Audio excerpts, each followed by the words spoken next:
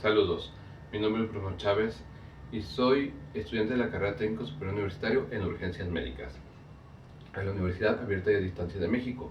El día de hoy voy a hablar de dos temas muy interesantes. Uno es traumatismo por actividades de buceo y el otro es mal de montaña.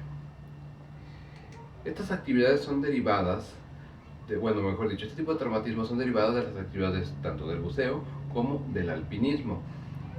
Si bien son actividades poco practicadas y que estadísticamente es poco probable que nos lleguemos a enfrentar, también estadísticamente es probable que si nos llegamos a enfrentar a este tipo de traumatismos, el paciente se vaya a encontrar en un estado grave o que esté grave con consecuencias permanentes o incluso grave con consecuencias fatales.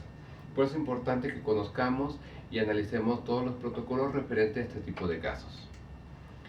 Vamos a comenzar con el trauma por buceo. El traumatismo por actividades de buceo son todos aquellos traumatismos relacionados con esta actividad, principalmente la asfixia, las lesiones por animales marinos y los disbarismos.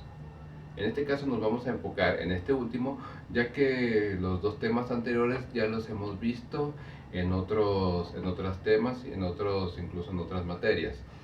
En cambio, el disbarismo es uno de los traumatismos propios del buceo que difícilmente se van a ver en otro tipo de actividades. ¿Qué es el disbarismo? El disbarismo habla de los cambios de la presión atmosférica y cómo interactúan con el cuerpo humano. Ahora, ¿cómo es que estos cambios generan un tipo de traumatismo en el cuerpo? Bueno, para entenderlo vamos a hablar del mecanismo de lesión. Y para poder hablar y entender el mecanismo de lesión, tenemos que hablar de dos leyes de la física. La primera, la ley de Boyle, que habla sobre cómo se maneja la expansión de los gases a diferentes alturas. Se dice que a mayor altura sobre el nivel del mar los gases se van a expandir más y a menor altura se van a contraer y se van a concentrar.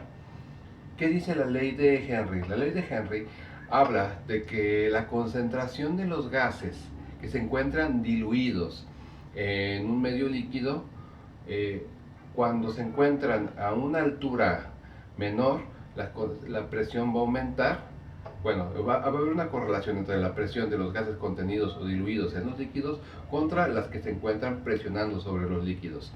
Entonces, cuando la presión externa va a aumentar, la presión interna de todos los líquidos también va a disminuir y viceversa. Esto sucede con la altura. Ahora, ¿cómo es que esto afecta al cuerpo? Bueno, cuando la presión aumenta, va a aumentar la presión sobre las cavidades que contienen aire naturalmente, como son las cavidades pulmonares, las cavidades intestinales e incluso el oído. Y entonces el paciente va a manifestar diferentes sintomatologías, sobre todo dolor en estas, en estas partes. Y es ahí donde se producen qué tipo de lesiones, pues los barotraumas de dos tipos, el de ascenso y el de descenso y el de ascenso. En el de descenso, pues es toda la presión que se va generando conforme el buzo va bajando, va descendiendo a través del agua. Y el de ascenso es toda esa presión que se va generando cuando el buzo va subiendo. Esto, como les dije, va a causar diferentes afecciones en el organismo.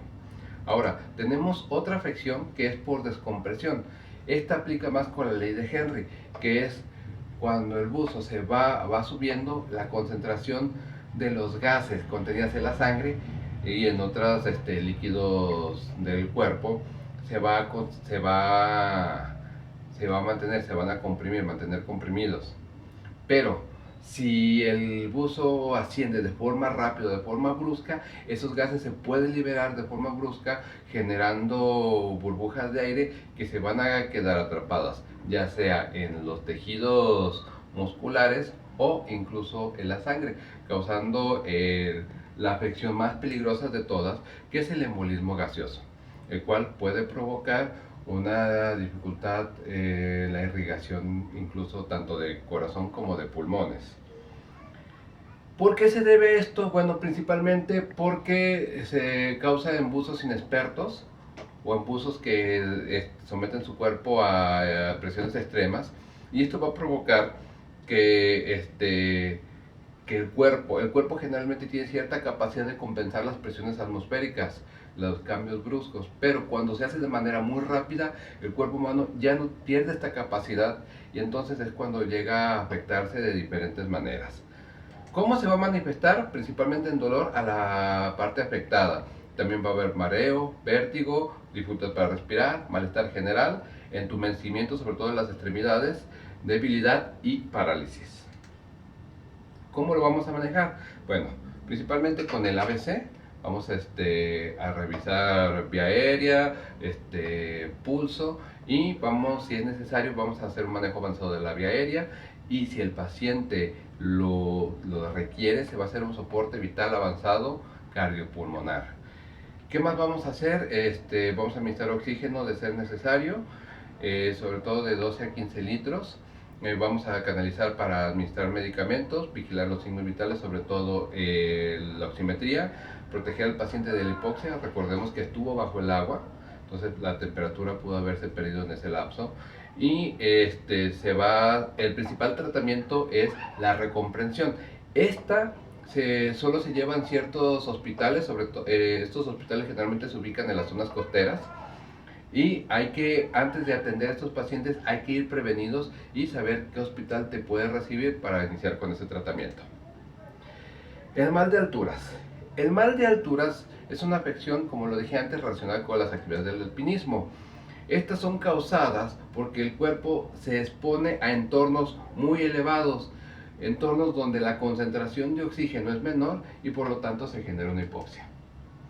¿Cómo se explica la hipoxia y por qué? Bueno, esto se explica con la ley anterior, la ley de Boyle, que te dice que a mayor altura la expansión de los gases es mayor.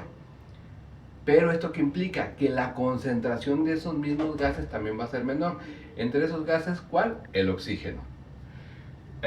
Cuando estás a mayor altura, el cuerpo tiene que hacer un doble esfuerzo para tener una captación de oxígeno suficiente. Entonces está haciendo un mayor esfuerzo por una captación de oxígeno insuficiente, lo que va a provocar que haya poco oxígeno para la generación de ATP y por lo tanto para la generación de energía necesaria para las diferentes funciones del organismo. Aquí, como lo ve en el esquema, pues hay los porcentajes. Normalmente hay un porcentaje a una altura normal de un 21% de oxígeno, el cual va disminuyendo a partir de una altitud de los 8000 pies a un 8%. Podemos ver pues cómo es de drástico.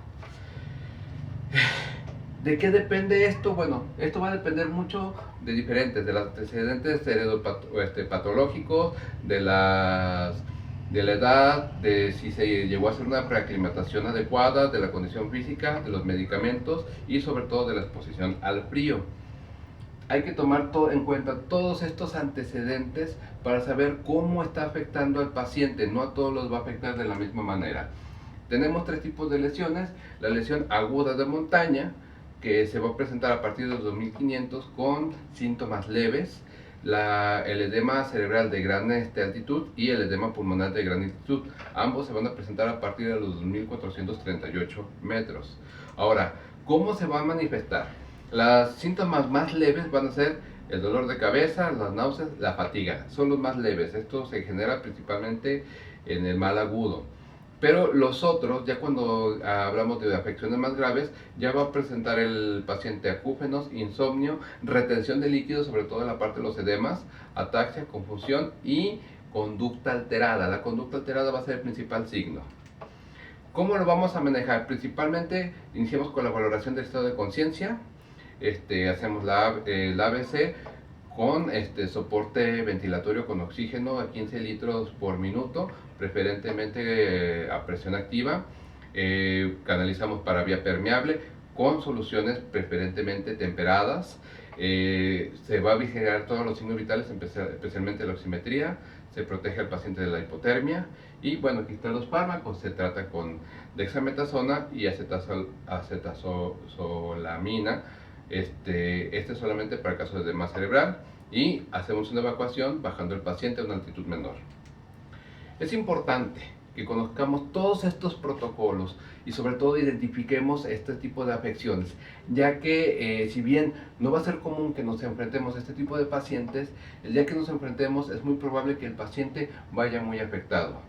Por lo tanto, conozcamos, identifiquemos los signos y síntomas y todos los factores externos que van a agravar o a mejorar el estado de nuestro paciente.